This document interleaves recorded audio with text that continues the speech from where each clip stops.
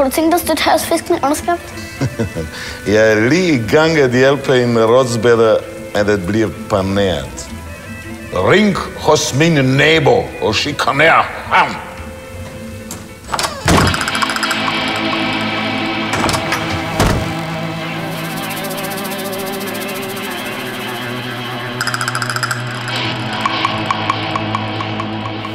Tror du, det er for sjovt, at jeg rundt og samler underskrifter?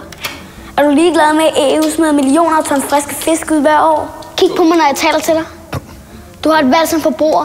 Det gør en kæmpe forskel, hvilken fisk du vælger. Jeg spiser kun fisk fra fiskefarmen. Og hvordan tror du lige selv, man fodrer fiskene i fiskefarmen?